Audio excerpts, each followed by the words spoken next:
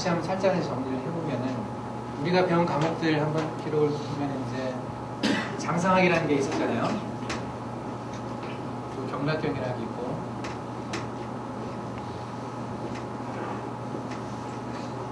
이거 이제 침투막 결론이 있었어요.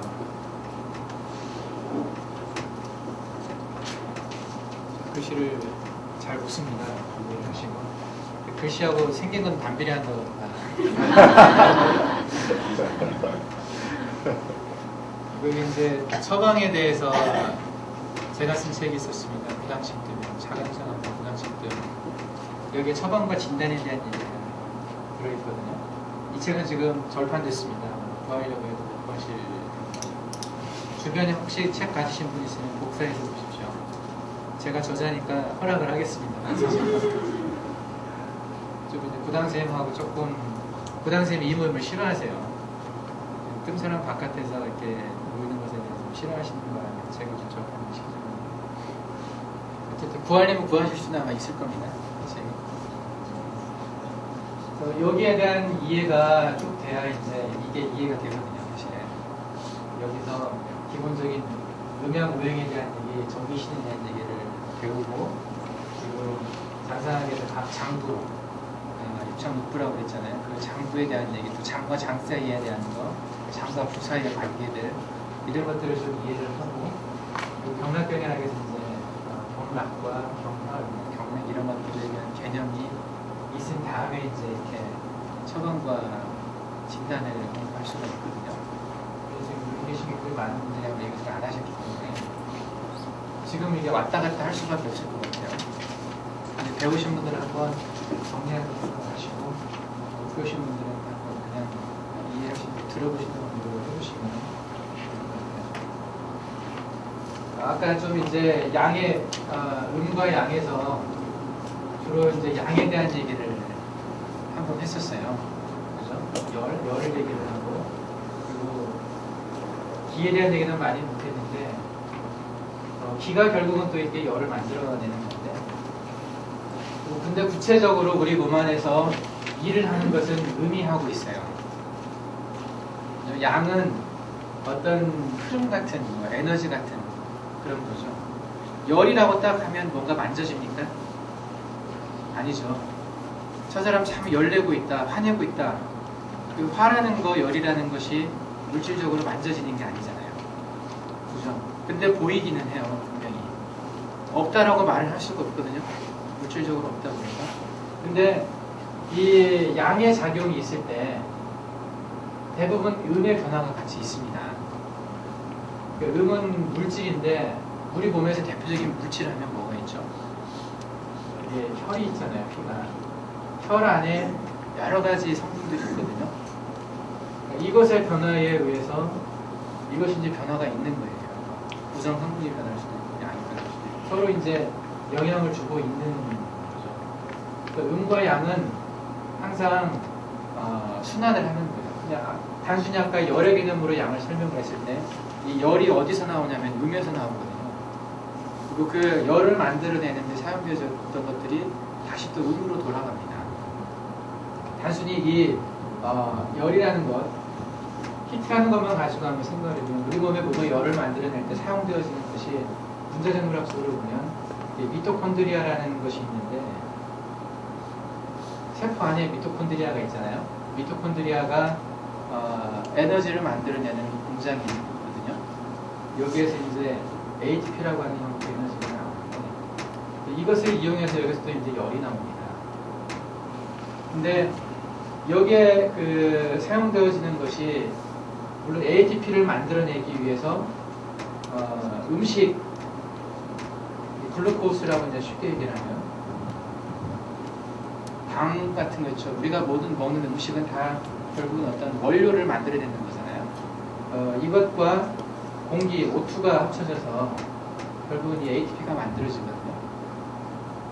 우리가 공기를 아무리 좋은 걸 마시고 아무리 좋은 음식을 먹어도 이게 만들어지지 않으면 제대로 기능을 할 수가 없는 거잖아요. 결국은 이것을 만들어내기 위해서 우리가 음식과 좋은 공기를 하고 있는 건데, 이것도 이제 결국은 이제 물질인데, 물질을 통해서 이 ATP가 나오는 거예요. 이것을 이런 것들을 설명하면 이제 음의 성격을 가지고 있는 겁니다. 우리 공안에서는 그러면 음의 것을 가지고 양의 성격, 이것은 보이지는 않는 거거든요. 그렇지만은 이것이 사용되어져서 우리 몸에 생명을 유지를 하고 있는 거거든요. 이런 것을 만들어냅니다. 그리고 열도 하이드로겐 열은 이게 델타 H라고 하는데 바깥과 이 미토콘드리아의 바깥과 안에 이 하이드로겐의 농도 차에 비해서 이게 움직이면서 프로톤 그라디엔트라고 이게 움직이면서 이제 이것에서 열이 나오게 됩니다. 여기서 에피네프린이 식용물을 발견해서 이 델타 H라고 하는데 H가 또 어디서 나오냐면 이게 H2라고 하는 물에서 전기 분해를 하는 EH5가 되나요? 이렇게. 이런 것들이 이제 여기 사용이 되어지는 거거든요. 이것은 성격으로 따지면 음의 성격이죠. 물이니까. 여기 보면 대표적인 것이 이제 음이 물이거든요. 물이나 이런 여러 물질들, 실체를 가지고 있는 어떤 질량을 가지고 있고 실체를 가지고 있는 어떤 것들은 대부분 음이라고 보시면 돼요. 이 음을 가지고 실제 어떤 걸 움직이는 힘이 나오는 거죠. 이 열이라든지 에이라든지 에너지가 있다. 이게 음과 양의 관계거든요. 음이 부족하면 양이 나올 수가 없어요. 그리고 음이 부족하면 비정상적으로 양이 항진되게 나올 수도 있어요. 동양과학적으로 따지면 음이 양을 잡아주거든요. 항상 열이 좀 떠있고 뭔가 막 방방방 이렇게 좀 불안정한 그런 사람들, 그런 경우는 되게 음이 허한 경우가 많아요. 음이 부족하니까 양을 잡아주지 못한다. 이게 정상적으로 잘 돌아가야 잘 순환이 돼야 몸이 이제 건강한 건데, 그래서 이 음과 양의 관계는 항상 뗄래야 뗄 수 없는 관계죠. 그리고 어떤 에너지의 변화가 결국은 물질의 변화를 수반을 하게 돼 있는 거죠. 기의 변화가 혈의 변화를 수반을 하고,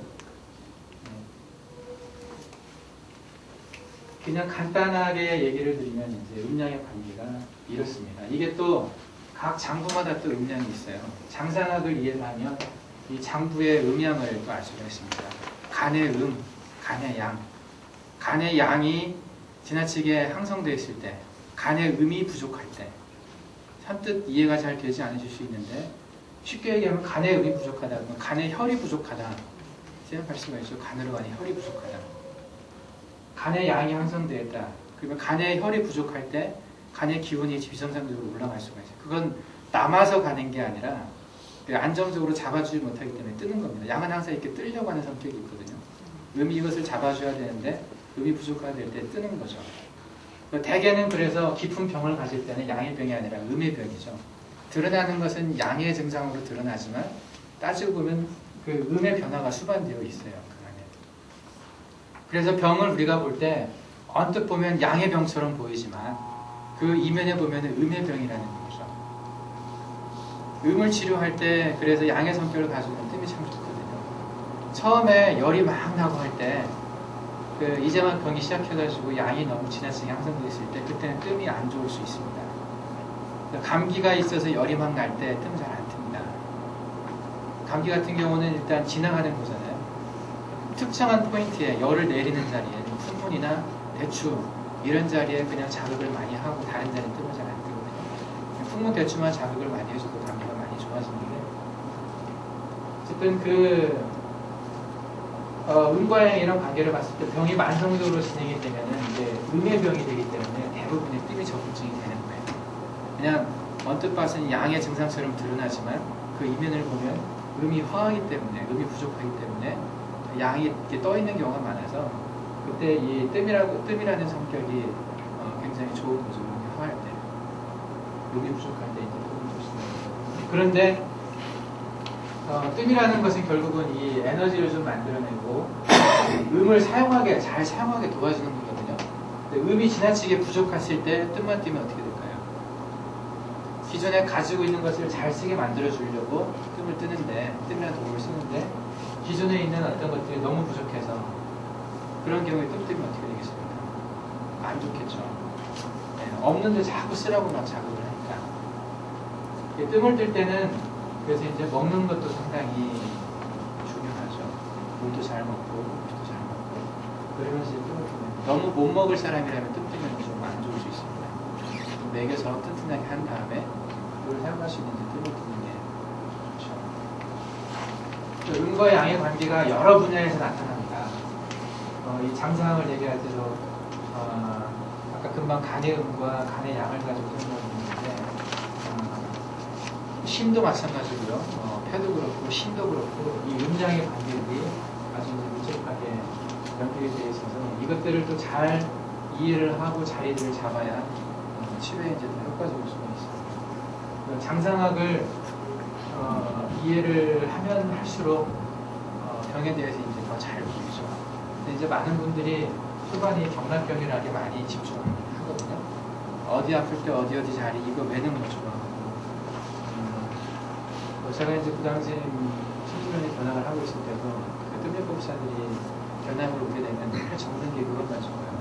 어떤 증상이 어디에 있다, 침략도 어디에 있다. 그거보다 더 중요한 게 이게 읽는 거죠. 몸의 상태를 읽어내고 음양의 상태를 알고 어디가 부족한지를 알고 그러면 되는데 너무 그렇게 처방혈 위주로 가면 안 된다는 거죠. 똑같은 환자를 보고 부당샘을 이렇게 치료하고 나는 이렇게 다르게 치료할 수도 있거든요. 똑같이 좋아질 수도 있어요. 정확한 어떤 정답의 자리는 없는 거거든요. 여러 성격을 가지고 있는 치멸이라는 것, 띠멸이라는 것들이. 그러니까 여러분들이 공부를 하실 때 늘 먼저 몸을 읽는 것을 중요하게 생각을 하셔야 되고 이 음양의 관계를 항상 생각을 하셔야 됩니다. 그리고 대부분의 경우에 있어서는 양의 성격을 가진 띠이라는 것이 양의 증상으로 나타나는 병에도 좋을 수 있다는 것이 그 이면을 바라보는 그 음의 변이기 때문에 그럴 수 있거든요.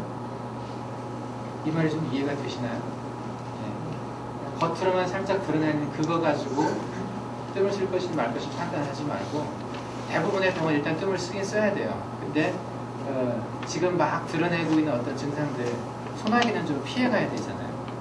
불났는데 계속 부채질할 필요는 없죠. 때로는 부채질 다 태우면 불이 꺼질 수도 있긴 하지만 어쨌든 그런 것 좀 피해가지고 시간을 좀 두고 이게 양을 조절을 하고 그러면서 이제 불을 조절해 나가는 그런 방법들이 필요합니다.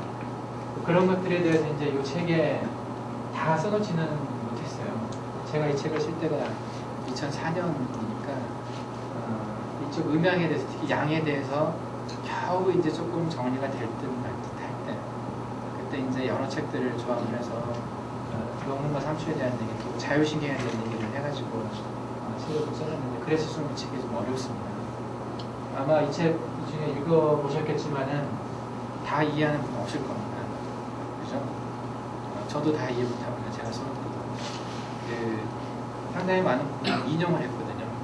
인용을 한 부분들에 있어서 그 저자의 의도와는 다른 것을 인용할 수 있는 게 있었고 그런 부분이 있었던 것 같아요. 그래서 완벽하게 이해는 못하는데 어쨌든 주로 이제 이 음양에 대한 것들을 설명해 보려고 노력을 많이 했습니다. 그 중에서 그 현대의학이 가지고 있는 음양의 개념, 현대의학은 눈으로 보이는 것 일단 눈으로 보이는 어떤 음양을 조절하는 시스템으로 가장 많은 동양 의학자들이 이제 접목시켜보는 게 자율신경이에요. 자율신경이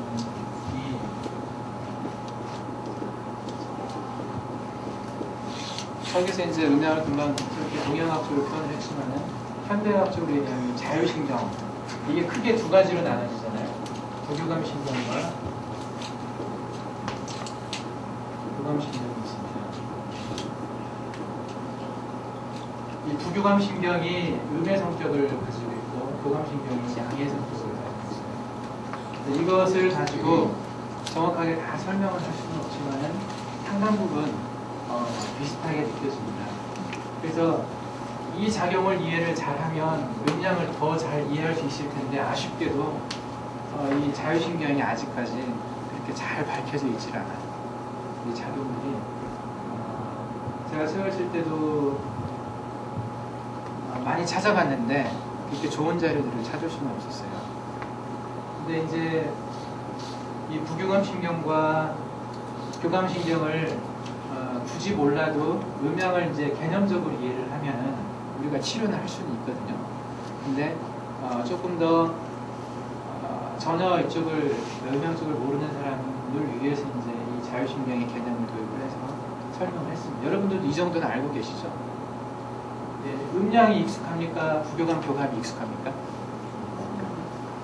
부교감, 교감이 더 익숙하신가요? 그죠? 음량은 개념이 없죠. 그냥 음량 얘기하면 하얗지 않습니까? 동양 천하의 대표가 음양오행인데 동양에 살고 있는 우리들이 음양오행은 거의 모르는 것 같아요. 이제 교감, 부교감은 우리가 학교 다닐 때부터 배우잖아요. 들어보긴 했죠. 대강의 어떤 음양은 이제 가르치는 학교가 하나도 없죠. 초등학교부터 대학교까지 음양 가르치는 데가 아마 동양철학과나 가르치고 나머지는 아마 안 가르칠 겁니다. 그래서 저도 이 부교감신경과 교감신경을 가지고 설명을 책에다 많이 해놨어요. 좀 이게 부족하지만 그래도 사람들한테 이게 익숙하니까. 그리고 이걸 가지고 설명을 하면 이 음이나 양에 대해서 조금 설명할 수 있지 않을까 해가지고. 근데 이 부교감신경과 교감신경이 음과 우리 몸의 음과 양이 가지고 있는 어떤 특성도 가지고 있고 위치로도 부교감신경이 작용하는 위치와 교감신경이 작용하는 위치가 우리 몸의 음양의 배열과 거의 일치를 합니다. 부교감신경은 되게 배에서 앞쪽에서, 교감신경은 되게 등 쪽에서 작용을 하거든요. 우리 몸의 음양을 배속을 할 때 앞쪽은 음에 배속되고요, 등 쪽이 양에 배속되거든요. 성격적으로 상당히 비슷한 걸 볼 수 있습니다. 부장 선생님께서 치료하시는 어떤 특징, 치료의 특징, 아까 경락견은 제가 저 위치를 얘기를 했죠. 뜸이 가지고 있는 성격, 그리고 그 성격을 가지고 치료하는 어떤 위치, 뜸이 가지고 있는 성격이 양의 성격을 가지고 음을 주로 치료를 한다고 그랬죠. 그 위치가 우리 몸의 음양이 이제 위, 아래, 뭐 상하, 앞뒤, 뭐 내면, 바깥면 이런 걸 따져가지고 음양을 따지는데, 이런 어떤 우리 몸의 음양이 배속되어 있는 어떤 성격들이 이 부교감신경, 교감신경 지배하는 거의 일치를 하기 때문에 부장선생님이 쓰는 방법도 되게 배와 등에서, 배 쪽에서는 모열, 등 쪽에서는 유혈을 가지고 치료를 하시잖아요. 이것을 교감신경과 부교감신경의 이너베이션, 그러니까 이 신경이 지배하고 있는 영역들을 같이 비교를 해보면 거의 의미가 같습니다. 그래서 부교감신경과 교감신경을 같이 치료를 해서 그 장부의 기능을 활성화시키는 그런 이제 치료 효과를 가지고 있는 거죠. 우리 몸의 장부는요, 간이나 심장 이런 모든 장부에는 부교감과 교감이 같이 들어가 있습니다. 듀얼 이너베이션이라고 하죠. 그래서 서로가 이게 이제 기량작용도 하고요. 이것이 너무 올라갔을 때는 뭐 이게 서로 이제 적정하게 유지할 수 있게 잡아주거든요. 각 장부에서. 예를 들면 심장이 팔딱팔딱 뛸 때 심장이 빨리 뛰게 하는 것이 어떤 신경입니까? 교감신경. 또 심장이 천천히 뛰게 하는 게 어떤 신경이죠? 예, 서로 반대작용을 하고 있죠. 교감신경과 부교감신경이 같이 막 활성화되면 어떻게 되겠습니까? 굉장히 비효율적이잖아요. 우리 몸에서는 몸 상태를 인식을 하고 지금 이 몸 상태에서 어떤 것이 더 활성화돼야 될지를 스스로 결정해서 하나를 활성화시키거든요. 부교감신경이 활성화가 돼서 심장이 느려진다. 어떤 경우가 있겠습니까? 심장 박동이 너무 느려지면 심장이 어떻게 되죠? 네? 멈추게 되잖아요. 예, 그런 경우가 어떤 게 있을까 여러분들이 아는 것 중에? 네? 부교감신경이 갑자기 막 올라가가지고 지나치게 올라가면서 교감신경이 탁, 그러니까 심장 박동이 멈추어버리는, 그 시그널이 멈춰버리는 경우가 있고, 심장마비인데 심장마비 원인 중에서 익사 같은 경우가 그런.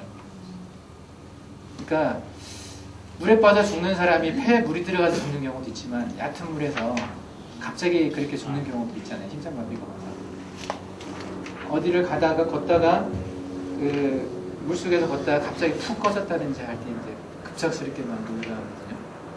또는 누군가 뒤에서 멀리 가서 막 갑작스럽게 팍 놀래켰을 때 그런 경우에 이제 덜컥하면 이렇게 막 그러다 죽는 사람이 있잖아요. 제가 직접 본 적은 없는데 그런 적은 있습니다. 그게 이제 이 부교감과 교감신경, 심장에 그 들어가 있는 어떤 작용들인데 이런 것처럼 다른 장부에도 되게 다 같이 들어가 있어요. 그래서 대부분의 몸의 병은 이 자율신경의 어떤 신호의 체계에 이상이 온 거라고 볼 수 있어요. 현대학적으로 얘기하면. 아까 제가 자율신경과 호르몬, 면역체계 같이 얘기했는데 그게 공통분모가 자율신경이거든요. 자율신경 끝에 분비되는 게 호르몬이에요. 자율신경의 작용은 결국은 또 호르몬의 작용이거든요. 그리고 그 자율신경에 의해서 면역계도 조절이 됩니다. 어떤 신경이 더 활성화되어 있느냐에 따라서 면역의 어떤 형태가 좀 달라지거든요. 그래서 이 부교감신경과 교감신경의 자율신경을 이해하는 게 참 중요하다는 거죠. 성격도 이해하고 위치도 이해하는 거죠. 이 부교감신경은 여러 종류가 있지만은 장부 안에 들어가는 대표적인 이제 부교감신경 미주신경이라는 게 있어요. 오장육부, 베이거스 너브라고 뇌에서 나오는 신경이 12개가 있는데 그 중에 이제 10번째, 10번째 신경을 이루는 미주신경, 베이거스 너브라고 합니다. 이게 심장에도 들어가고 폐에도 들어가고 뭐 명문에도 가고 이게 아드레날 그랜드죠. 비에도 가고 장에도 가고 다 들어갑니다. 그래서 이것을 이 작용을 좀 이해를 하면 이 사람의 지금 증상이 자율신경 중에서 뭐의 문제다 하는 것들을 이제 진정할 수가 있습니다. 소화, 장 운동이 잘 되려면 어떤 게 더 영향을 많이 줍니까? 애들 중에? 교감신경일까요? 장 운동 잘 되는 거. 네, 부교감신경에 영향을 받습니다. 마음이 흥분되어 있고 불안정할 때 이때 교감신경이 좀 항진되어 있잖아요. 그렇거든요. 그럴 때는 소화가 잘 안 되잖아요. 부교감신경의 작용이 좀 억제가 됩니다. 이런 것들 부교감신경의 그 작용들을 이 미주신경이 지배를 하고요. 교감신경은 이것은 미주신경은 되게 뇌에서 다이렉트로 분비를 신경이 나와가지고 각 장부로 들어가 있어서 등하고는 상관이 없습니다. 등 쪽하고는 연결이 되어 있질 않아요. 뇌에서 다이렉트로 이게 내려가지고 각 그 장부 인연을 하고 있습니다. 근데 교감신경은 등 쪽에서 척추 스파이널 코드 바로 옆쪽으로 교감신경 체인이 형성이 되어 있어요. 그래서 등에 우리가 보는 동맥이나 유혈이나 이런 경혈자리들의 대개가 각 장부에 들어가 있는 교감신경을 자극하는 것과 관련이 많이 있습니다. 치료가. 그래서 어떤 장부의 기능을 이해할 때 우리가 이것의 문제라고 한다면 병이라는 것이 그것을 치료할 때 이제 배와 등에서 특정한 포인트에 자극을 가해줘가지고 이것의 불균형을 해소하는 것이 좋은 치료법이 될 수 있다는 거죠. 이런 것들을 약으로 치료할 방법이 별로 없어요. 자율신경에 문제가 있을 때 자율신경의 문제를 정확하게 진단을 해내고 그것을 약을 써가지고 치료하는 방법은 거의 없다는 얘기예요. 이 부교감신경 말단에서는 아세틸콜린이라는 게 분비가 되고 호르몬이 교감신경 말단에서는 에피네프린 분비가 되는데 이런 제제를 약으로 사용해서 쓰기는 상당히 좀 위험하거든요. 에피네프린 같은 경우는 실제 액션 타임이 한 10초 정도밖에 되지도 않고요. 약으로 그게 나와 있는 것도 없고 이런 것들을 다이렉트로 약으로 쓰기 상당히 좀 위험합니다.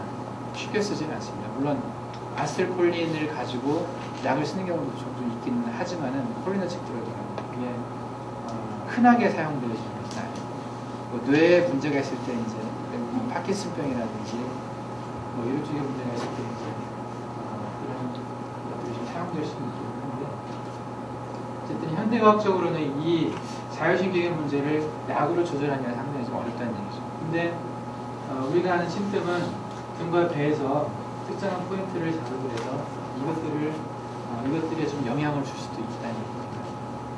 그래서 부교감신경은 주로 배의 모혈이, 공모혈이, 교감신경은 대개 등 쪽에서 이제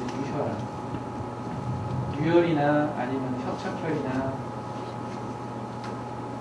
동맥이나 이런 자리들이 이제 관련이 있다고 생각합니다. 모혈은 각 장부에서 가장 가까이 있는 경혈이에요. 간에 문제가 있고, 간에 모혈이라면 이제 전통적으로는 좀 옆쪽에서 얘기를 하지만은 되게 양문을 간의 모혈의 개념을 가지고 쓰거든요. 그리고 방광의 모혈의 개념을 가지고 중부혈을 쓰고요. 그 장부에 가장 가까이 있는 경혈, 그 자리를 이제 우리가 모혈의 개념을 가지고 쓰는데, 그래서 이것이 이제 조합이 되죠. 이쪽과 이쪽. 나머지들은 되게 좀 도와주는 정도의 사이되고 치료를 하는 개념을 가질 때는 이것을 가지고 치료를 합니다. 이것을 이쪽을 전혀 몰라도 이것만 알아서도 대충 이제 음량만 알고 동양학적 개념 가지고 이런 설명을 할 수가 있어요. 여러분은. 근데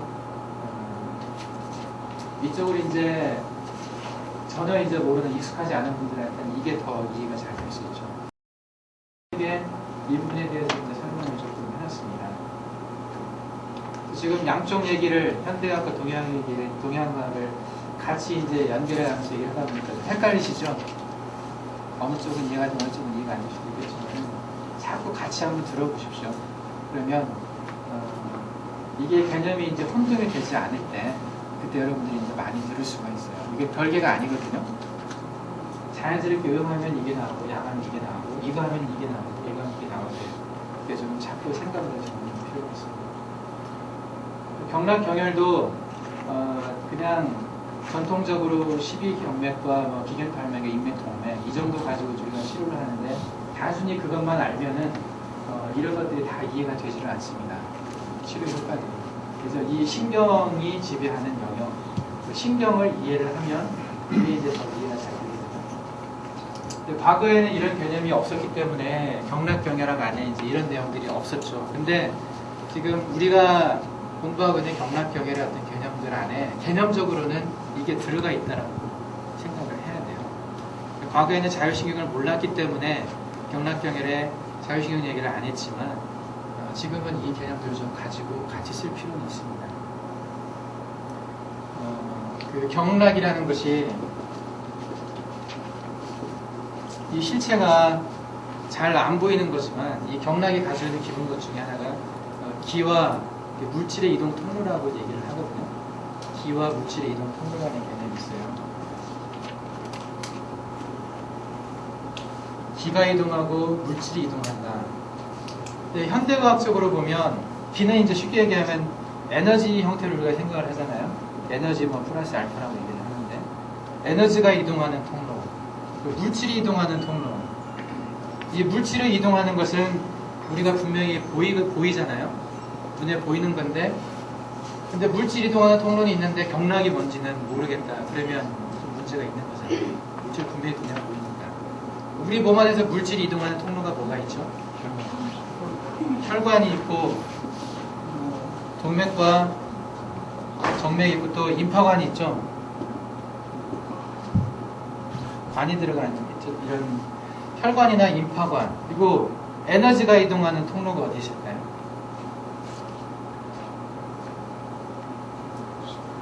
예, 신경은 에너지라고 표현하기 좀 그렇지만 전기가 이동을 하잖아요. 전기가 일종의 에너지잖아요. 그렇다면 경락이 기와 물질 이동 통로라고 말을 했다면 이 혈관과 임파관과 신경의 성격을 다 가지고 있는 게 경락이 아니겠습니까? 근데 얼뜻 우리가 얘기를 할 때 경락이라고 하는 특정한 해부학적인 게 있을 거다 그런 생각들을 많이 하죠. 그래서 최근에 어떤 물리학과 교수님, 서울대 물리학과 교수님이 토끼의 혈관 안에서 설명되지 않은 어떤 그 조그만한 선 같은 것을 발견을 하고 그게 경락이 아니냐 이렇게 말씀하시는 분이 있었어요. 근데 그게 서로 경락이라 하더라도 이 경락이 가지고 있는 기와 물질의 이동 통로라고 하는 개념 안에 이게 포함되어 있다는 얘기죠. 물론 이것을 신경과 혈관과 임파관을 토탈적으로 조절할 수 있는 더 상위 개념의 뭔가 커뮤니케이션 시스템이 있을지도 모르겠어요. 그것이 이제 경락일 수는 있겠는데 실제 경락에 작용하는 어떤 힘이 나타내는 액션은 이걸 통해서 많이 하고 있다는 얘기죠. 신경을 이해를 잘 하는 것이 그래서 좀 중요합니다. 눈으로 드러나 있는 거잖아요, 이것은. 경락이 없다라는 것은 아니지만 경락이 있어도 이 경락의 기능을 하고 있는 것은 신경과 임파관 혈관이라는 거죠. 이 상위 레벨에 뭔가 다른 게 있을 수는 있어요. 아직 밝혀지지 않은 것이 경락이라는 이름으로 부를 수는 있지만은 실제 액션을 하고 있는 것은 이거기 때문에 우리가 이것은 잘 알아야 된다는 거죠. 그리고 여기에 덧붙여서 뭐 소화관 같은 경우도 물질이 이동하는 통로죠. 이런 관자 들어가는 이런 통로가 있는데 이런 것들을 같이 이해할 필요가 있기 때문에 그 중에서 특히 이 신경은 또 크게 자율신경과 체성신경이 있습니다.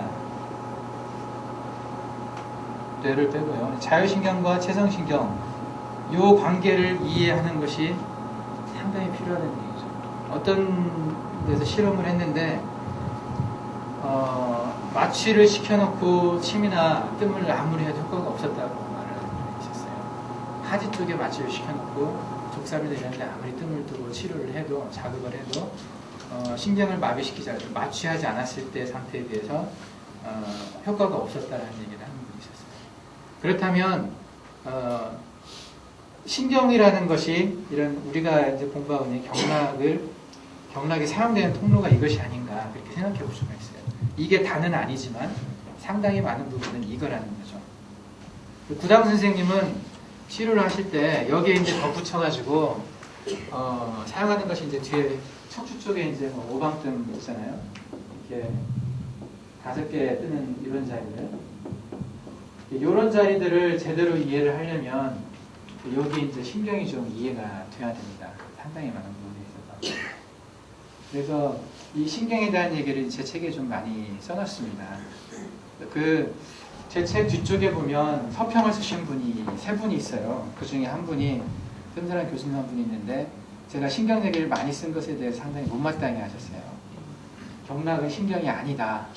이렇게 얘기를 하면서. 근데 제가 경락이 신경이라고 말을 하는 게 아니고 경락은 신경을 이용한다는 거죠. 경락과 신경이 별개가 아니라는 거죠. 분명히 과거에 경락을 이렇게 얘기를 했다면 현재는 이런 것들이 그 안에 포함되어 있는 거기 때문에 같이 이해를 할 필요가 있다는 거죠. 구당쌤은 다른 동양학을 하신 분들에 비해서 상당히 좀 앞서갔다라고 할 수 있는 것이 좀 깨었다고 하는 것이 이런 개념을 깼어요. 침뜸을 하시고 경락경혈을 이용을 하셔서 치료를 하시는 양반이 간혹은 경락이 없는 것도 같다 하실 때가 있어요. 있는 것도 같고 없는 것도 같다. 어떤 때는 신경 같고 어떤 때는 아닌 것 같고 그렇게 말씀을 저한테 여러 번 하셨었거든요. 그분의 이제 경험을 보면 그렇다는 얘기예요. 그러니까 절대적으로 그 동양학 곳에 나와 있는 것들을 다 옳다라고 그대로 주장해 놓고 최근에 발달되어 있는 이런 것들도 이용을 해야 된다는 얘기예요. 그래서 책에 이제 신경에 대한 것도 제가 좀 많이 써놨습니다. 그 부분들을 좀 이해를 하시면은 아까 말씀드린 무극보양등 플러스 그 나머지 것들을 사용을 할 때 이게 이제 많이 사용이 되거든요. 이 부분들을 좀 같이 하실 필요가 있습니다. 그리고 그 경혈을 얘기할 때도 동영상에서도 그 얘기를 하는 부분인데 훨씬 경혈이 이제 센시티브한 자리라고 얘기를 했잖아요. 그러니까 이 경혈이라는 것이 가지는 어떤 의미가 뭔지 정확하게는 모르겠어요. 왜 신경이 더 많이 존재하고 피부와 인접해가지고 또 왜 이런 데 이제 갭정션이라고 세포와 세포 사이에 정보 전달을 더 활발하게 하는 그런 포인트들이 우리 몸에 존재해야 되는지 현대학적으로는 이런 포인트의 존재 이유를 잘 알지를 못합니다. 특히 이제 피부가 하는 역할에 있어서 그냥 현대학적으로 생각하는 피부의 개념은 외부의 어떤 공격부터 1차적인 방어전이잖아요. 바이러스나 박테리아가 침투하고 그런 것들이 이제 방어하는 기능들을 그런 생각들을 많이 하는데 왜 특정 포인트들의 이런 더 정기적으로 예민한 자리들이 있는지 이런 곳에 전기 프로브를 대고 좀 가다 보면은 상당히 이제 높아지거든요. 다른 데보다 훨씬 더 예민한 자리들이 존재를 하거든요. 그래서 이런 것이 어떤 의미가 가는지 여기에 침으로 자극하고 뜸으로 자극하고 하는 것이 정확하게 이제 무슨 의미인지에 대해서 아직은 잘은 모르죠. 정상적으로 또 어떤 분들은 기공을 하는 분들을 보면은 이런 것들을 전혀 자극을 하지 않아도 이것을 통해서 뭔가를 받아들인다라고 얘기를 하잖아요. 머리에 백회나 발바닥에 용천이나 손바닥에 노궁이라는 경혈들이 있지 않습니까? 이런 데를 통해서 자연과 교류를 한다고 그러죠. 자연의 어떤 기운들을 어떤 도구를 쓰지 않고서도 받아들인다라고 얘기를 하거든요. 근데 그런 걸 보면 이 경혈이라는 것이 소통하는 어떤 자리일 수도 있고요. 외부의 기운과 안의 기운들을 어떤 뭐 이런 자리들을 좀 인위적으로 조절할 수 있는 능력이 있는 사람이 있다면 다른 사람에 비해서 더 많은 것들을 받아들일 수도 있겠죠. 그리고 이런 예민한 자리도 있기 때문에 스스로 이제 아무런 도구도 없이 할 수 없는 그런 사람들 같은 경우는 심리학 뜸으로 자극을 해주는 거예요. 백회라고 하는 자리를 놓고 보면은 주행신고학 하시는 분에서 보면 이쪽 머리 꼭대기를 상당히 중요하게 생각을 하더라고요. 어떤 대우주의 기운이 우리 몸 안에 들어오는 어떤 통로 그렇게 있는 생각을 해서 상당히 중요하게 생각을 하는데 전혀 자극을 하지 않아도 뭔가 의미를 갖고 있는 그런 것이 이제 경락이고 경혈일 텐데 그렇다면 인위적으로 이곳을 그냥 무식하게 똑같은 방법으로 자극을 해서 똑같은 효과를 낸다라고 생각하는 게 조금 위험한 생각일 수도 있다는 생각을 해봅니다. 신곡이라는 분이 썼던 책에 보면은 그래서 그분은 모든 경락과 경혈을 자극하는 어떤 치료의 방법을 이 경혈을 치료한다, 뭐 경혈을 자극한다라고 표현을 안 하고 경혈을 살린다라고 표현을 하더라고요. 그러니까 원래 기능이 예를 들면 간의 기운이 안 좋았다. 그러면은 간에 해당하는 경혈들이 있을 거 아닙니까? 밖에서 간과 연결되어 있는 경혈들이 있잖아요. 그런 경혈들이 뭔가 문제를 발생을 시키는 거죠. 그래서 이쪽이 좀 뭐 붓는다든지 여기에 뭔가 어떤 경혈 반응들이 와 있어요. 정상적으로 해야 될 외부와 어떤 내부의 어떤 교류 이런 원래 통로로서의 의미가 많이 이제 이 병에 의해서 이제 차단이 되는 그러면 그것을 요 자리를 치료를 해줘서 다시 열게 만들어주는 그런 게 치료가 아닐까라고 말씀하시는 걸 본 적이 있었습니다. 이게 그래서 그것을 경혈을 살린다 이렇게 표현을 하더라고요. 원래의 기능을 할 수 있게 살린다.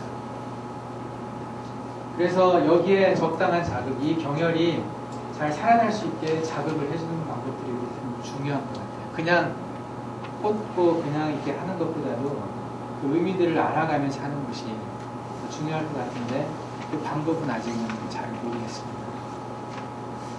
이건 이제 조금 더 이제 알아가야 될 자리죠. 이 경락 위에 중간중간에 있는 이 경혈 이것들이 갖는 의미 지금으로서는 그냥 자극 정도밖에 안 되는 것 같아요. 뜻으로 자극하고 침으로 자극하고 그것도 이제 획일화된 방법으로 그냥 침 꽂아놓고 기다리고 뜸 뜨고 기다리고 하는 정도인데 이곳이 살아날 어떤 가능성이 있는 곳이라면 꽂아놓고 기다리면 스스로 회복할 수 있다고 믿는 거죠. 그러니까 특정한 어떤 힘을 방향을 줘서 내가 원하는 방향으로 끌고 가는 게 아니라 필요한 자극을 그냥 자극을 줬을 때 여기서 필요한 자극만큼 받아들여가지고 여기가 기능을 할 수 있게 좀 살려내는 그런 게 뜸과 침을 가지고 하는 치료가 아닌가 그런 생각들을 좀 해봅니다. 그래서 이 경락과 경혈을 이해하는 것이 치료에서 상당히 중요한데 특히 뜸에 있어서는 이 경혈을 주로 많이 쓰잖아요. 경락보다는 경혈의 의미를 아는 것이 참 중요하다고 해서 이 명부혈이라는 개념들이 이제 있어요. 명부혈이라는 이름 들어봤습니다. 부자가 이제 큰 숫자인데 어떤 증상이 어떤 혈이 참 잘 듣더라 이런 것이 이제 명부혈이거든요. 이것은 경험에 의해서 알 수밖에 없는 자리입니다. 그래서 이 명부혈을 써보고 여기에 대한 어떤 개념을 많이 가질수록 치료의 폭이 좀 더 넓어지는 것 같습니다. 그래서 이 명부혈들이 주로 이제 포진하고 있는 곳이 이런 곳에 포진을 하고 있죠. 모혈, 유혈, 혈축혈, 동맥 또는 이제 팔다리 쪽에서는 뭐 원혈이나 극혈 이렇게 표현되는 것들이 이제 많이 있습니다. 그리고 급할 때 쓸 수 있는 정혈 이런 곳에도 명부혈들이 이제 존재를 하고 있죠. 이것이 그냥 단순 자극이 아니라 그 혈들이 기능을 잘 할 수 있게 살려준다 이런 생각을 가지고 있는데 이것이 이제 신경학적으로 설명하면 자율신경과 체성신경이 여기도 같이 들어가 있거든요. 피부에는 혈관이나 이런 것은 대부분 다 자율신경이 지배를 하거든요. 그 피부에는 혈관 벽들이 자율신경이 들어가 있어요. 그래서 이런 쪽에 공급되는 블러드 서플라이, 그러니까 혈액이 잘 공급되게 만들어주는 것은 자율신경이 특히 교감신경의 역할입니다. 그리고 이런 곳에 감각을 느끼게 하는 것은 체성신경의 역할이죠. 이런 신경들이 여기에 또 많이 분포가 돼 있다는 거죠. 그래서 아까 말씀드린 것처럼 요 경혈이 이상하게 바뀌었어요. 정상적으로는 그렇지 않은데 뭔가 좀 이상하게 변했단 말이죠. 이상하게 변한 것을 예민한 사람은 느낄 수가 있거든요. 올라가기도 하고 들어가기도 하고 거칠어지기도 하고 좀 두꺼워지기도 하고 주름이 잡히기도 하고 이런 여러 가지 형태의 변화가 이 혈들에 나타납니다. 이것을 진단할 때 이걸 잘 보는 게 중요한데 이런 것들이 왜 나타나느냐 이런 것들에 대해서 이제 현대의학에서도 주목을 하고 있어요. 그 중에서 특히 이제 자율신경의 어떤 아까 자율신경이 여기 간다고 그랬잖아요.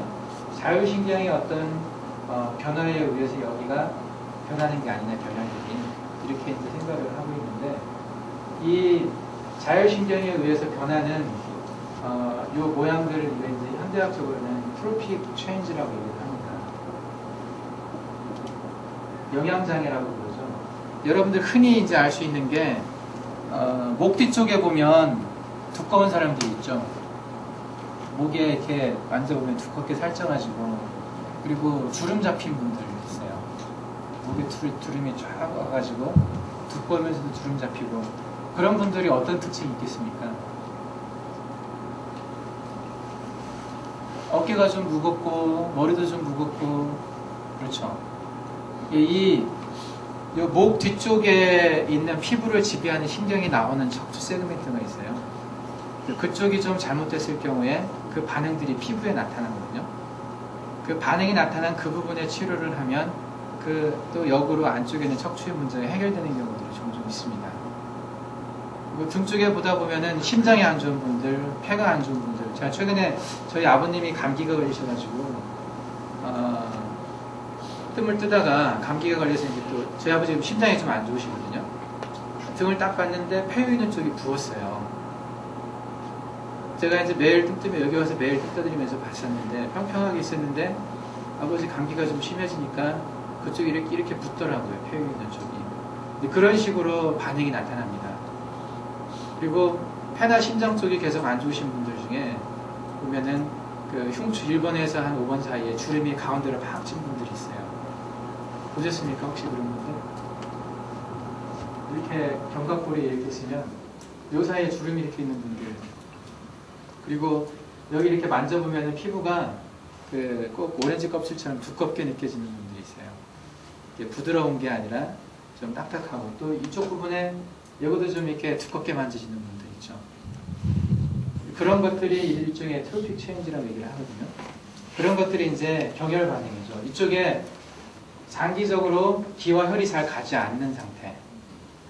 그래서 이 부분이 해야 될 역할들이 제대로 되지 않고 있을 때 이와 연관되어 있는 장부가 영향을 받고 있다는 거죠. 그런 치료를 또 이제 이런 것들에 하게 됩니다. 침이나 뜸을 통해서 이것을 깨우는 거죠. 제대로 기능할 수 있게 깨워준다는 게 되죠. 이런 포인트들을 잘 찾는 것이 필요합니다.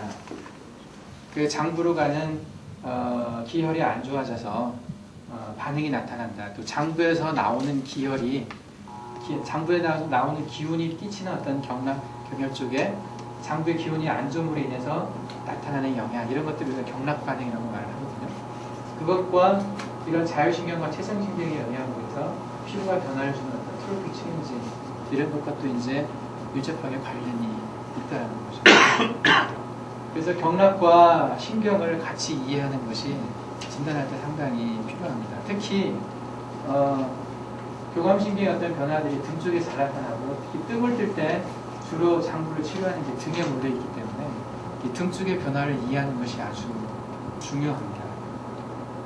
근데 이 등 쪽 유혈이나 협착혈이나 동맥 쪽 그리고 방광경 이선에 있는 어떤 혈들 이런 쪽을 가장 잘 이용할 수 있는 것이 등입니다. 그것도 직접 보죠. 간접부 등에다 뜨는 거 본 적 있습니까? 보신 적 있나요 혹시? 간접부 등에다도 뜹니까? 유혈 쪽에? 아니죠. 우리가 거의 배에다 뜨지 않습니까? 네. 등에도 뜨고. 등에도 뜨는 유혈에다가 대부분 근데 간혹 이제 간접부를 뜨신 분이 있는지 모르겠는데 대부분은 이제 뜸을 뜨시는 분들은 이런 걸 보지를 않아요. 한의사분들이 하실 때 보면 이런 경혈 반응이나 이런 걸 보는 게 아니고 그냥 배꼽 주변에 간접부 뜨거나 또는 성문에다가 뜨거나 배 주변에다 좀 올려놓잖아요. 이 배 쪽에다가 열기를 좀 지워주는 좀 온열요법이죠. 그런 개념으로만 뜸에 대해 접근을 하고 있고 이런 개념을 가지고 등 쪽에서 치료하고 배에서 치료하고 이런 개념을 가지고 뜸 뜨는 경우가 별로 없습니다. 그래서 한의사분들이 뜸에 대해서 본인들이 할 수 있다라고 하려면은 이런 부분에 대한 개념이 다 서 있어야 돼요. 사실은 직접 불을 가지고 이런 것들에 대해서 잘 찾아서 쓸 수 있어야 되거든요. 근데 제가 쭉 조사해 보면서 전에 책을 쓰면서 이제 봤지만은 주로 이런 어떤 개념을 가지고 뜸을 뜨는 어떤 라인이 일본에서 많이 와 있어요. 일본은 상당히 발달돼 있습니다. 이게 경험적으로 또는 과학적으로 나름대로 노력을 해서 전에 TV에서 그때 침뜸 근황선생님 그 특집 방송할 때 친구사 몇 명 나왔잖아요. 일본 친구사. 그 사람들 뜸 넣는 자리 보셨습니까? 혹시? 사진에서? 그 등 쪽에 유혈 많이 뜨고 있어요. 직접 보면. 그리고 뭐 족삼리 뜨는 거. 그리고 제가 이제 주로 참고했던 뭐 신복 선생 책이나 사원화 선생 책들도 보면 그 기본적인 뜸 뜨는 원리가 부당 선생님 거하고 많이 비슷합니다. 근데 그게 일본 거라서 배격을 한다면 문제가 있는 거죠. 일본 것도 아니에요, 사실은. 예전에 보면 친구 경험방이라는 책에 보면 대부분의 치료 뜸으로 하고 있어요. 그 허임의 친구 경험방에 보면 침보다는 뜸을 훨씬 많이 쓰고 있고요. 물론 이제 뜸법이 조금 다르긴 해요, 부당생각하고 다르기는 하지만은 그래도 뜸이 가지고 있는 성격들을 많이 활용을 했습니다. 다 직접 부였고요. 간접 부가 아니라 다 직접 부였었고요. 근데 제가 이제 한의사분들이 이 부당생의 뜸법을 이렇게 공격을 하면서 말을 할 때 인터넷에 보면은 가장 많이 쓰는 얘기가 일제다 이게. 그런 얘기 하죠. 많이 보셨을 겁니다. 그 일본에서 복원뜸으로 뜬 거 흉내낸 것이 무엇보양뜸이다.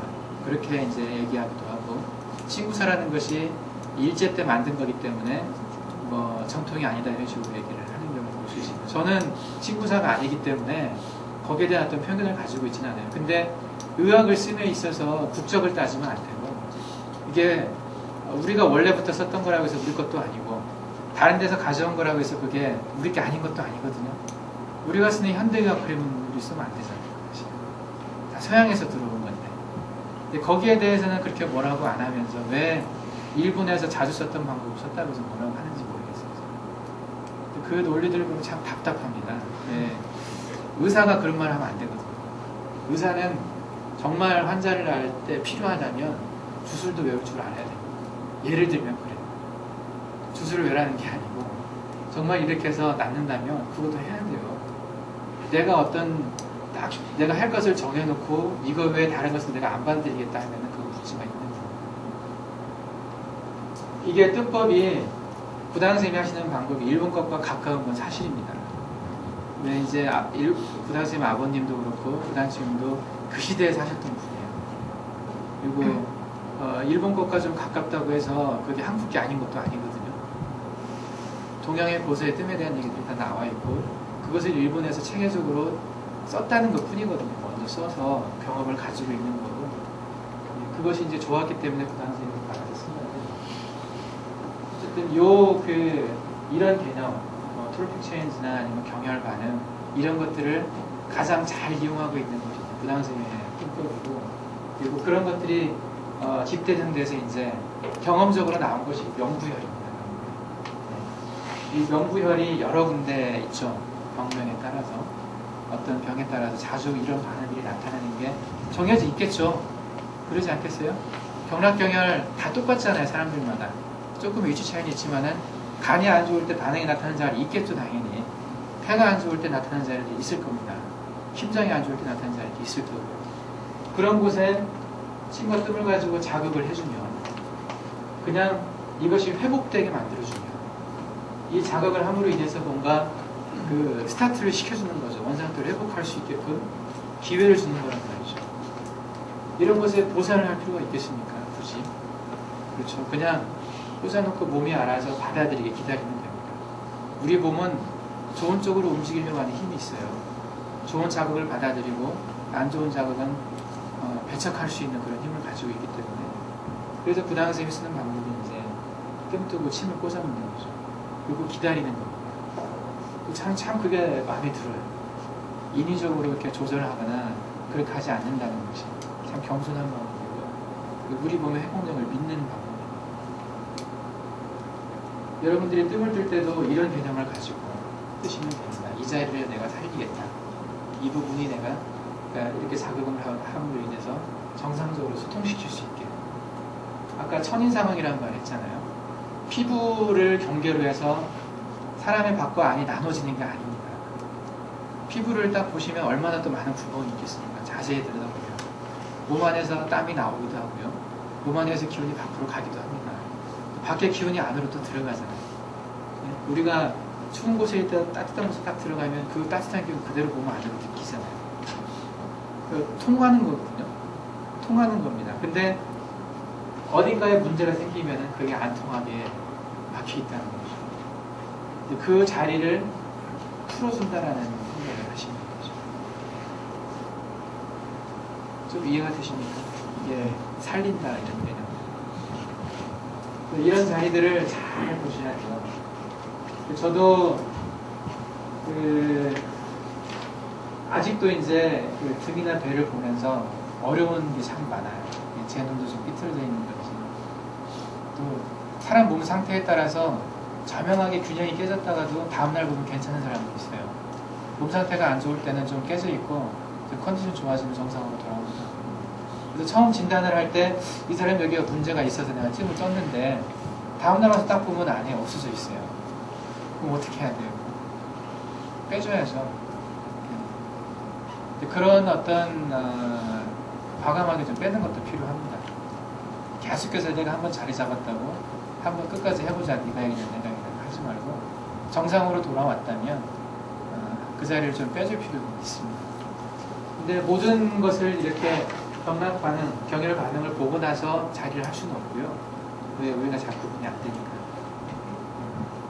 등 쪽에서 자리를 잡을 때 이제 예매했던 부분들은 그렇게 할 필요가 있어요. 한번 트라이 해보시고 다음 번에 아닌 것 같으면 뺄 수도 있고 그런 거죠. 저도 저희 아버지 7년째 뜨고 있거든요. 등을 7년째 뜨고 있는데 많이 바꿨어요. 그러니까 등 쪽에서 특히 심장과 폐가 안 좋으시니까 되게 흉추 1번부터 한 7, 8번 사이까지 그 사이에서 주로 많이 자리를 잡거든요. 되게 그 범위를 벗어나진 않습니다. 심장과 폐 문제가. 주로 흉추 1번에서 5번 사이에서 많이 나타나는데 6번, 7번, 8번까지 갈 수도 있어요. 그 사이에서 이제 반응을 좀 봅니다. 가만히 지켜봐가지고 그냥 한번 딱 보고 결정하는 게 아니라 그냥 마음을 평안한 상태에서 한번 쭉 봐야 돼요. 그러면은 좀 불편한 부분들이 이렇게 쏙 올라오는 느낌이 있어요. 그냥 금방 생기는 감각은 아닌데 그러면서 이제 호흡도 가다듬고 맥을 잡을 때도 그러잖아요. 맥을 잡을 때도 그걸 느껴야 되는 것처럼 우리가 경혈을 볼 때도 그걸 좀 느껴야 됩니다. 그래서 평안하게 이렇게 한번 좀 바라보면서 저 자리가 문제가 있나 이런 느낌들을 가지고 보다 보면은 보입니다. 볼 때는 컨디션 좋을 때는. 그래서 그런 자리들을 이렇게 한번 따라서 이제 옮겨보는 거죠. 한 군데 딱 정해놓고 계속 가는 게 아니라 증상에 따라서 한 번씩 좀 이렇게 움직여보는. 시간이 있으면 그렇게 하시면 좀 좋습니다. 부당샘은 그냥 정해놓고 계속 그 자리를 뜨시지만 그게 오라서라기보다는 계속 볼 방법이 없으니까 그래요. 그냥 평균적으로 딱 놓고 평균적으로 좋은 자리를 찾아서 그렇게 하신 것일 뿐이고 만약에 이제 매일 그 사람을 관찰할 기회가 있다면 매일매일 이 경혈 반응을 보고 자리를 옮길 수도 있어요. 근데 그러기에는 너무 이제 힘이 드니까 보편적으로 많이 걸린 자리를 딱 정해놓고 이제 계속 그 자리에 뜸을 뜨는 거죠. 그러니까 여러분들 처음에는 기본적인 자리 잡는 것에 주력을 하시고 거기에 대해 이미 익히신 분들은 이런 것들을 보는 데 좀 주력을 하십시오. 그리고 장부의 이상을 진단을 하고 짐작을 하고 있어야 됩니다. 이 사람의 증상으로 봐서 아마 이 사람은 어디쯤에 문제가 좀 있을 것 같다. 그리고 그 부분을 한번 뒤져보는 거죠. 네. 그런 것들이 이제 연습이 되면 훨씬 더 자리를 결정하는 데 부담이 이제 적어지고 좀 정확해집니다. 그래서 이게 지금 이제 제가 여러 가지를 얘기를 했는데 몸에 나타나는 음양의 어떤 기운들, 장부의 기운들과 경락과 경혈의 관계 그리고 거기에 관련된 신경의 관계들까지 정리를 했어요. 이게 좀 정리가 되십니까? 이게? 전혀 정리 안 되는 분들도 있을 텐데 좀 쉬운 것 같지만 어렵죠, 내용이. 어려운 것 같으면서도 좀 쉬울 수도 있고요. 저도 지금 계속 노력해 가고 있습니다. 지금도 늘 희미하고 제가 이제 여기 한국에 들어와서 사람들이 저를 보려고 하는 이유가 가장 큰 게 치료받으려고 교회에서 부를 때는 이제 선교에 대한 얘기를 듣고 싶어서 그리고 신뜸을 공부하신 분들은 강의를 듣고 싶어가지고 제가 이제 세 가지 방향으로 사람들이 많습니다. 전주에서 많은 교회를 돌아다녔어요. 이번엔 특히 많이 불러주시더라고요. 그래서 청년부도 세계교회 청년부에서 강의를 했고 선교부고도 8군데 정도 했나요? 많이 돌아다녔습니다. 그래서 거기에 이제 치료받으신 분들이 중간중간에 계속 생깁니다. 웬만하면 제가 안 하려고 그러는데 청탁 하셔가지고 아버지 청탁, 어머니 청탁, 형, 매형 막 이렇게 오면은 조금씩 이제 거절하기도 좀 힘들고요. 그리고 또 뭐 봐주실 때는 좀 봐드리는데 어떤 교인이 한 30명 정도 있는 교회인데 선교 보고를 이제 하고 딱 3명만 진료해주기로 했거든요. 근데 한 분이 저한테 이제 안과 치료 받으신 분이 있었어요. 거의 실명까지 갔다가 치료받고 많이 좋아지셨어요. 그래서 뭐 저도 왜 저러는지 잘 모르겠는데 그때 이제 처음 딱 침놓은 날 그분이 굉장히 좋아지는 반응을 보이셨었거든요. 그래서 그분을 5개월 정도 침을 놓으면서 앞에 버스 글자도 못 보셨던 분이거든요. 바로 앞에 가서 쳐다봐도 잘 확인이 안 됐던 분인데 그분이 그냥 혼자 잘 다니세요 지금. 그분이 나오셔가지고 간증을 하셨어요. 그랬더니 이렇게 30명이 다 남으셨어요. 3명만 진료해달라고 그랬는데 한 30분 또 어떤 분이 막 전화해가지고 부르더라고요. 그래서 6시간 동안 계속 자리 잡아주고 때문에 이제 교인들 중에 몇 분이 떠주시고 했었다는 것도 있거든요. 그렇게 해서 좀 많은 분들을 만났습니다. 근데 사람들이 저를 보면 굉장히 명의인 줄 생각하시는 분이 있어요. 저한테만 보면 달라질 것 같은 그래서 멀리서 오시는 분도 있고 그런데 별 차이 없습니다. 이게 강의를 하다 보니까 제가 머리에 들은 건 좀 있잖아요. 이 잡다하게 공부한 게 좀 있어. 현대학도 공부하고 그래서 강의는 그럴듯하게 하는데요.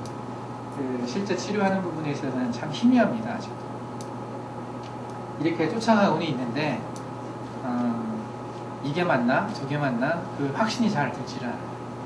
가끔 가다 확신이 들 때도 있어요. 이 사람은 이제 이렇게 하면 굉장히 좋아질 것 같다는 느낌이 들 때도 있지만 대부분의 경우에는 한번 지켜보자는 거죠. 이렇게 한번 하고 그냥 좋아지면 좋고 뭐 아니면 말고 뭐 아니어도 크게 이제 문제가 되는 건 아니기 때문에 대부분의 경우에서는 이를 아까 수성화강의 개념이나 기가 좋아지는 그런 개념들은 대부분 맞거든요.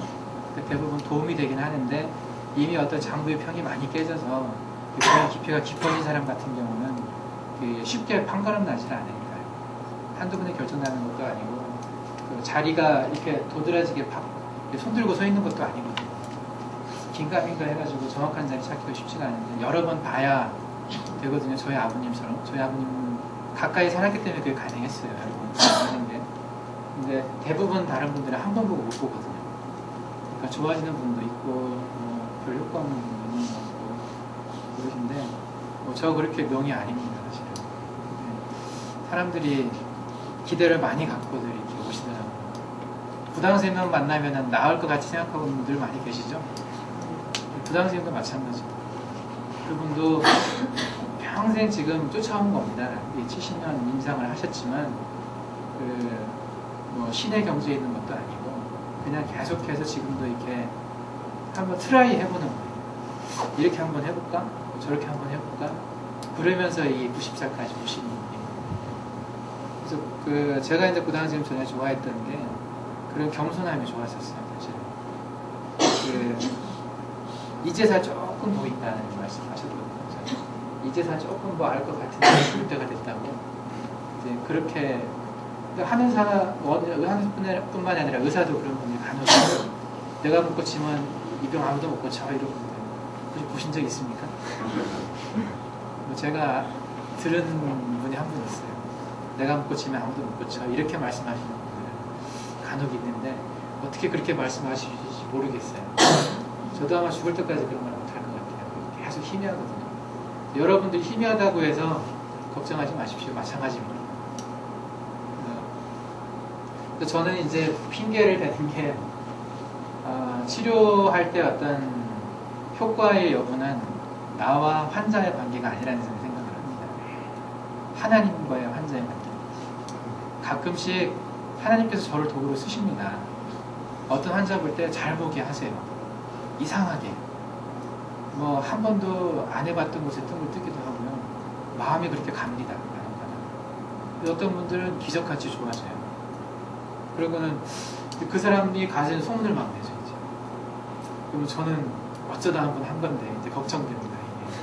다른 분들 다 그렇게 기대를 가지고 오는데, 근데 그렇게 치료되는 분들 간혹 보면은 그 하나님과의 그 사람의 관계예요. 저는 그냥 지나가는 어떤 도구로 쓰인 것일 뿐이고, 그러니까 그 사람이 치료가 안 됐다고 해서 내 책임이 아니라는 거죠. 네, 그죠? 부담 없습니다. 그래서 저는 몽골에서도 환자들이 오면 이제 그런 얘기를 합니다. 크리스찬들이 아닌 분들한테도 제가 치료는 하지만 하나님께서 당신이 이곳으로 오셔서 저를 만나게 하신 거고, 다시께서 기도를 하고 하나님께 구하면 저를 통해서 하나님께서 보게 하실 거라고.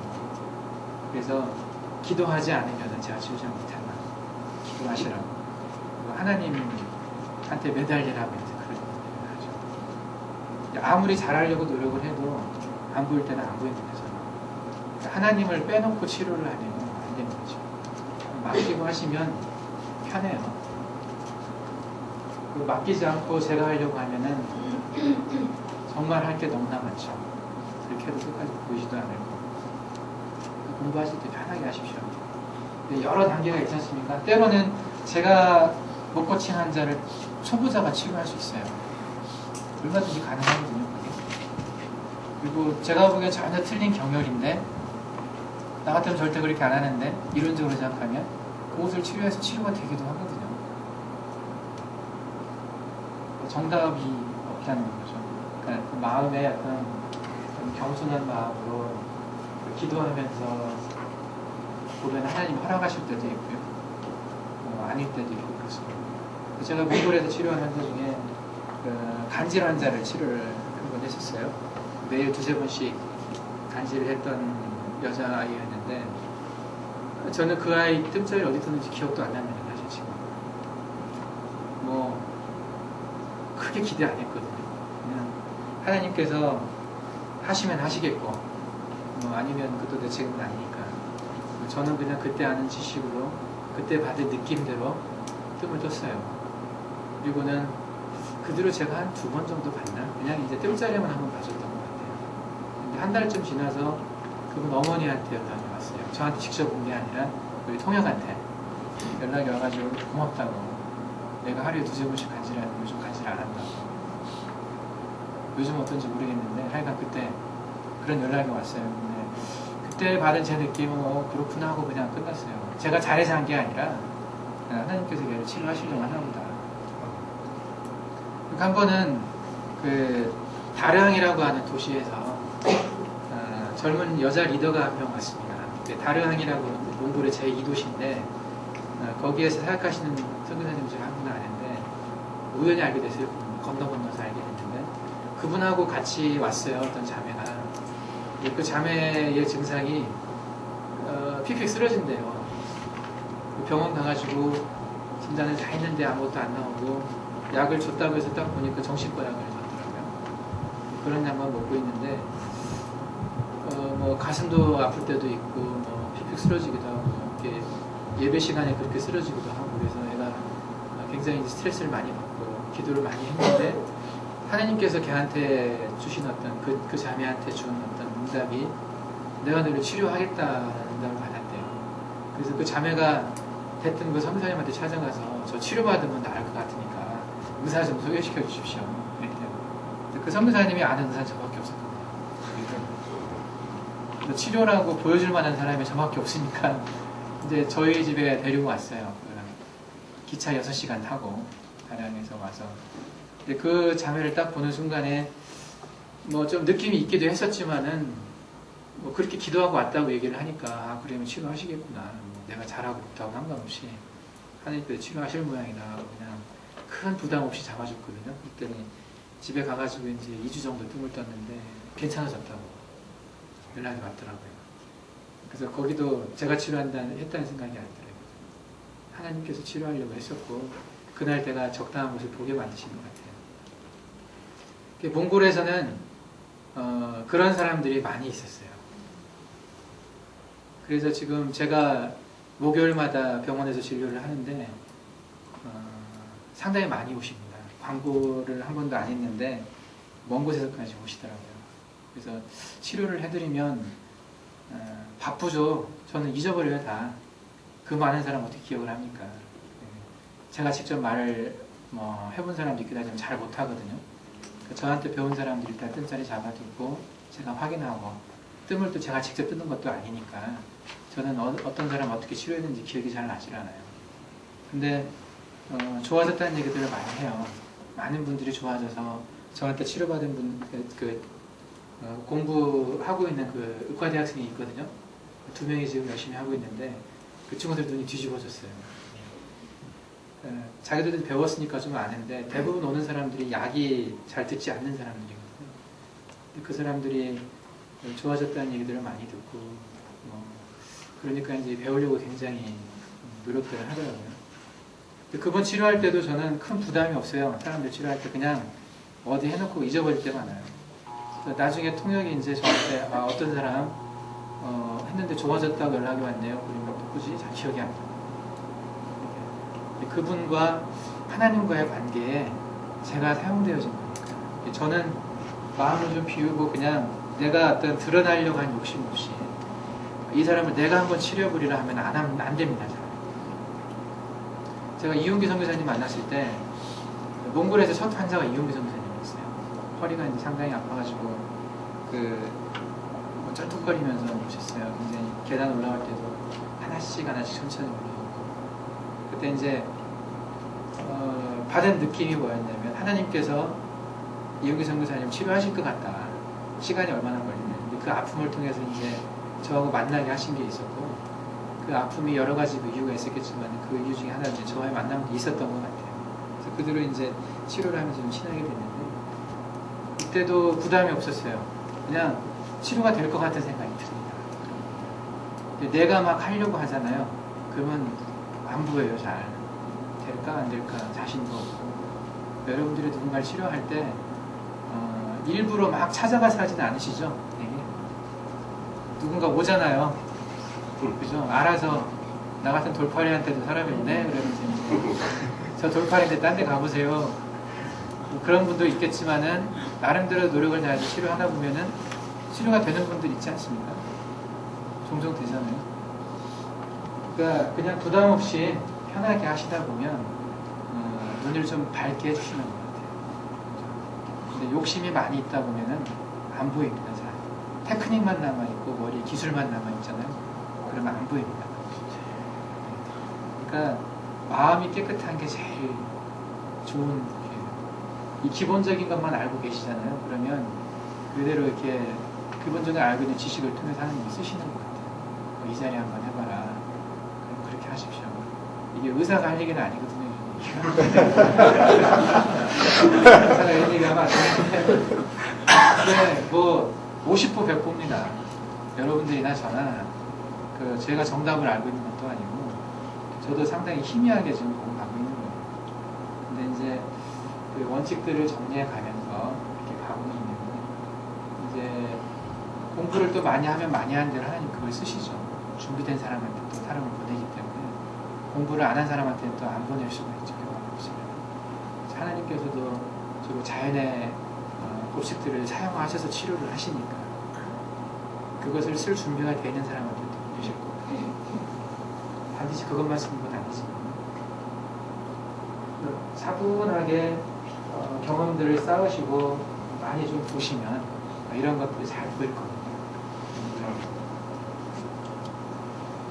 제가 몽골에서 봤던 환자들, 특히 치료가 되는 환자들 대부분이 그랬었어요. 이유가 있었어요. 진행을 보면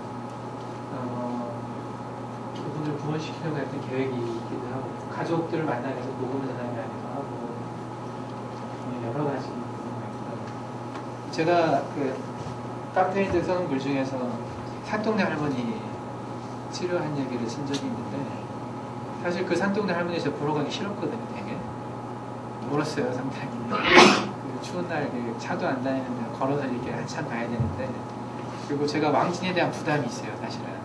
왕진 한번 하기 시작하면 물밀듯이 몰려 청탁을 어떻게 감당할 것인가 지레 겁먹은 게 좀 있었어요. 왕진 부탁하는 분들이 종종 있거든요. 그렇게 가기 시작하면 제 일이 지금 주 업무가 치료가 아니기 때문에 상당한 부담이 생기는데 근데 그 할머니 같은 경우는 마음의 부담이 많이 왔어요. 안 가면 안 될 것 같은 그런 생각이 들어서 이제 가서 치료를 하는데 뭐 별로 해준 거 없어요. 제가 그분 치료하러 간 게 아니라 복음 전하러 갔거든요. 돌아가시기 전에 대충 얘기를 들어보니까 오래 못 사실 것 같더라고요. 돌아가시기 전에 한번 그래서 복음을 전해야 되겠다 싶어가지고 가서 이제 복음을 전하기 위해서 침 몇 군데 꽂아놓고 사관 정도 사관하고 천추만 꽂고요. 뜸도 곡지하고 앞부분만 뒀어요. 곡지하고 중안하고 아랫배 쪽에 이제 제가 좀 나이 드신 분들한테는 성문을 즐겼습니다. 그쪽에 먼 길을 돕기 위해서 중국 수도보다는 성문을 좀 쓸 때가 좀 종종 있는데 성문을 쓰고 뭐 조사함에 뜸뜨고 그렇게 하고 그냥 왔거든요. 복음 전하고 그리고는 그분이 좋아질까 하고 그냥 왔어요. 근데 그분이 따님이 그분 가족이 다 우리 교회를 나왔거든요. 나중에 그분 따님이 이제 저한테 와가지고 나중에 굉장히 흥분돼서 얘기를 하시더라고요. 그 한 번에 죽었었대요. 그리고 이제 그게 한 6개월 간 것 같아요. 죽었던 것이. 참 저는 별로 기대하지 않았고 그분은 저한테 굉장히 고마웠지만 이제 속으로는 좀 그랬죠. 그냥 이게 거의 신용만 했는데 그냥 기본적인 것만 해주고 어차피 다리 부러진 분이 거듭만 못하시기 때문에 오래 못 사실 거란 생각가지고 갔는데 그렇게 좋아졌다고 말씀을 하시니까 참 고맙기도 하고 치료는 하나님이 하시는 거구나 이런 생각을 했습니다. 두 번째 치료하러 그분을 갔었을 때는 좀 이제 적극적으로 치료를 했어요. 두 번째 가서는 그분이 올 겨울을 넘기실까 하는 생각이 있었거든요. 지금 이제 제가 돌아가 봐서 물어봐야 되는데 의학적으로 생각하면 올 겨울 못 넘길 거예요. 증상이. 아마 올 겨울을 돌아가실 가능성이 많은데 더 살리실지도 모르겠다는 생각을 가지고 일단은 뜸을 다 떠드렸습니다. 뜸도 좀 떠드리고 또 할머니가 굉장히 하고 싶어 하시더라고요. 그래서 그분한테 뜸도 충분히 드리고 그래서 그분 가족이 뜸을 다 떠요. 뜸을 그분이 많이 가져가지고 쓰기는 많이 없어졌어요. 매주마다 오셔가지고 이렇게 듬뿍듬뿍 이렇게 식구들이 다 뜬다고 그러죠. 지금 아마 살아계실 가능성이 많을 것 같아요. 그런데 계속해서 기도하고 계시더라고요. 두 번째 가는 그 6개월 사이에 물어봤어요. 할머니 무슨 생각하고 계세요? 어떻게 기도하세요? 그랬더니 그런 말씀들을 좀 하시더라고요. 그래서 참 그분 진료하고 오면서 굉장히 참 좋았어요. 행복하고. 여러분들도 전도 경험들이 다 많이 있으시고 하시겠지만 몽골의 가장 어두운 곳 중에 하나거든요. 산동네 산 아래쪽도 아니고 제일 꼭대기에 들어가는 냄새도 많이 나고 바닥에 그냥 흙바닥에 참 그런 데서 사람이 사는구나 그런 생각 들 정도에 그곳에서 그 스프링 다 튀어나온 그 매트리스 하나 깔고 더러운 이불 이렇게 거기서 계속 누워만 계시는 거 할머니인데 하여튼 복음을 전하고 이렇게 같이 손 잡고 돌아오고 하는데 참 행복하다는 생각. 하나님께서 날 이런 데 쓰신다는 데서 굉장히 좋더라고요. 죽어도 요한이 없다 생각이 들죠. 그런 일들을 여러분들도 다 하실 수 있거든요. 그렇잖아요. 나가시기만 하면 다 하실 수 있어요. 그 행복만큼 큰 게 없는 것 같아요. 사실. 그러니까 너무 테크닉에 집중하지 마시고 하시면서 그 하나님께 영광 돌리는 그 마음, 그게 좀 중요한 거 같아요. 그래도 알만큼은 알아야죠. 그래서 이런 자연의 어떤 원리들을 통해서 역사를 하시기 때문에 너무 뜬금없이 그냥 엉뚱하게 하면 안 되니까 비슷하게 좀 하다 보면. 교사님 질문 좀 네. 지금 자율신경 중에 부교감신경과 교감신경이 있다고 하셨는데 부교감신경은 그런 제일 센서티브 포인트에 그 자극을 주는 것이 그 신경이 피부혈관 밑에도 거기도 분포돼 있어요. 그렇죠. 그래서 그 자리에 신경이 요 혈관 벽 속에 들어가 있어요. 교감신경이. 혈관이 근육층에 들어가 있거든요. 이 교감신경 콘이 여기가 비정상적으로 항층이 되어 있으면 이게 수축이 됩니다. 수축이 돼가지고 피가 잘 통하지는 않아요. 예를 들면 스트레스를 만성적으로 받으면 토끼 같은 걸 가지고 실험을 해보면 토끼 귀가 혈관이 굉장히 강해잖아요. 잘 보입니다. 토끼한테 계속 스트레스 주면 혈관이 없어져 버려요. 수축돼가지고. 근데 등 쪽에서 척추 쪽에서 이제 그 문제가 있게 되면은 요근처 문제가 있으면 여기서 나오는 교감신경 요 말단에서 이제 문제가 생기는 게 기능이 요게 눌려가지고 이제 둔해져 버려요. 처음에는 둔해다 보면 여기 끝에서 나오는 호르몬의 양이 적어집니다.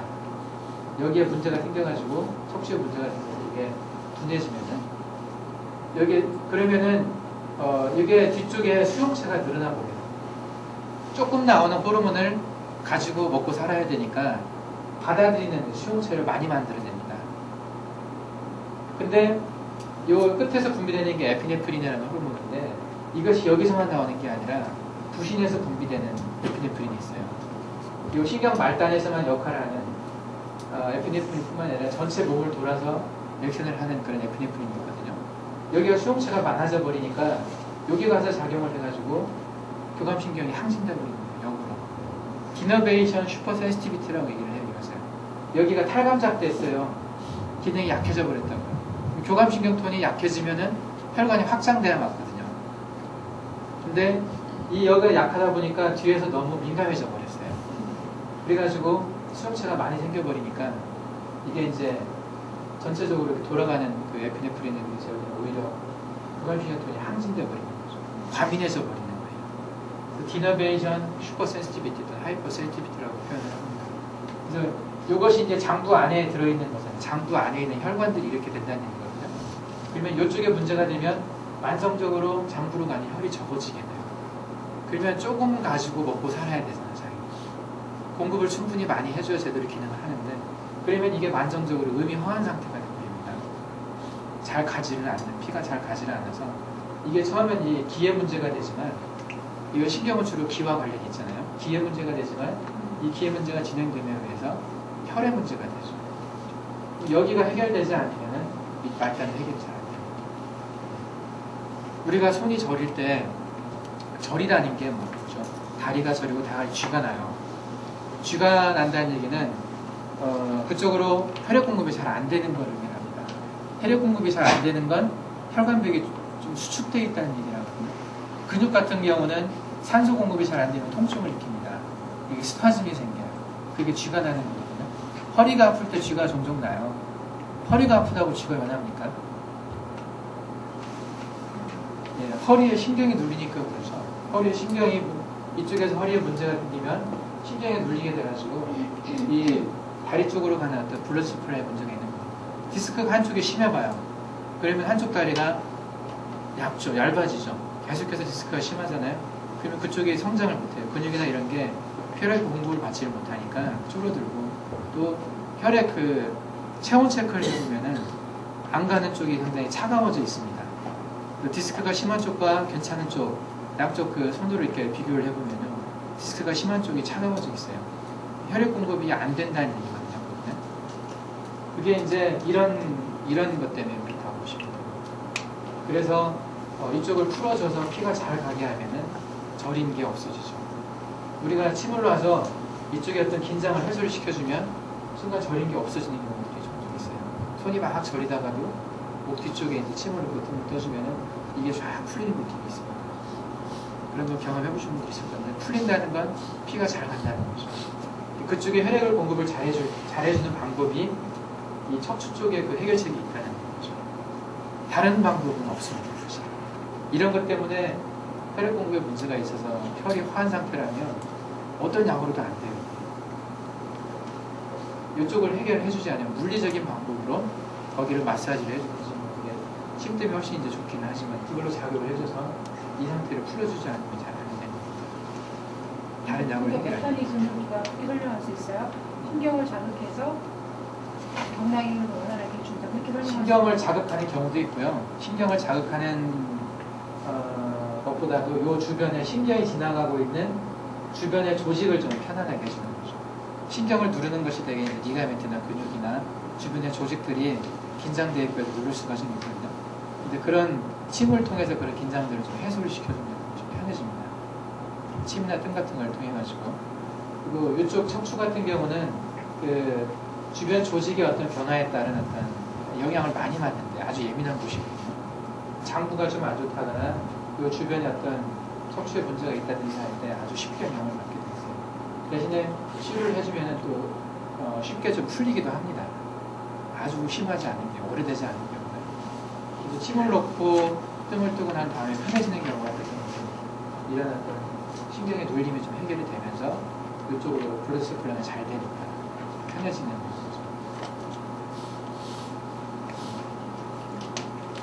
이 디너베이션 슈퍼센티비티라는 얘기를 제 책에 좀 써놨거든요. 이것도 이제 현대의학계에서 받아들여지고 있는 정설은 아닙니다. 정설은 아닌데 현상이 있으니까 이것을 이제 설명을 해야 될 거 아니에요. 이론이거든요. 그리고 이런 것들이 이제 유발하는 뭐 후지모토 리플렉스나 이런 그 신경의 어떤 반응들도 정설은 아니고 이론 그냥 이 가설일 뿐이에요. 그래서 이것들을 받아들이는 의사도 있고 받아들이지 않는 의사들도 있어요. 아까 제가 경혈 반응이라고 표현했던 이런 변화들, 트로픽 쉐이드나 이런 것들도 그걸 캐노스로우라고 캐논이라는 사람이 가설을 얘기를 했어요. 근데 이것도 아직 교과서에는 안 실려 있는 내용으로 알고 있어요. 받아들이지 않는 것이거든요. 근데 이제 이런 것들이 현상은 나타나 있으니까 그 현상을 보고 한번 왜 그러는지에 대해서 설명하려고 노력하다 보니까 나오는 얘기들입니다. 근데 상당히 일리가 있고 이게 이 음향과도 상당히 맞아요. 그리고 우리가 심통을 가지고 치료할 때 모열과 유혈에 자극을 했을 경우에 듣는 이유가 바로 이런 메커니즘이라는 거죠. 이런 가설들을 제가 말하는 것도 가설입니다. 사실입니다. 증명할 수 없습니다. 아직까지는. 제가 교감신경은 뒤에 부교감신경은 앞에 아마 이렇게 작용을 할 것이다. 뜸 뜨고 침을 넣는 것이 등 쪽과 배 쪽에 놓아서 좋은 이유가 바로 이런 것들이 해결돼서 그렇다라고 제가 말씀을 드렸는데 이거 모든 의사들이 공감하고 있는 내용은 아닙니다. 그냥 제가 그냥 말하는 거라고 생각을 하시고 언젠가는 이제 좀 더 정리가 돼서 증명이 될 수도 있겠죠. 근데 이렇게 생각하는 분들도 많이 있고 아닌 분들도 있고 그렇습니다. 그래서 우리가 치료하는 방법들에 대한 어떤 총론적인 얘기를 오늘 했습니다. 좀 이해가 되시죠? 네. 총론적인 얘기를 했고 이제 내일은 그러니까 진단에 대한 얘기를 조금 더 하겠습니다. 진단의 툴이 여러 가지가 있는데 진단의 어떤 총론적인 부분들 망문문절이라고 하는 네 가지 사진법이 있거든요. 사진을 중심으로 해서 정리를 한번 좀 해보겠습니다. 그래서 오늘은 진단과 치료 뭐 여러 가지 음향과 치료가 이렇게 처음부터 끝까지 왔다 갔다 했는데 내일부터 좀 이렇게 정리를 한번 해보겠습니다.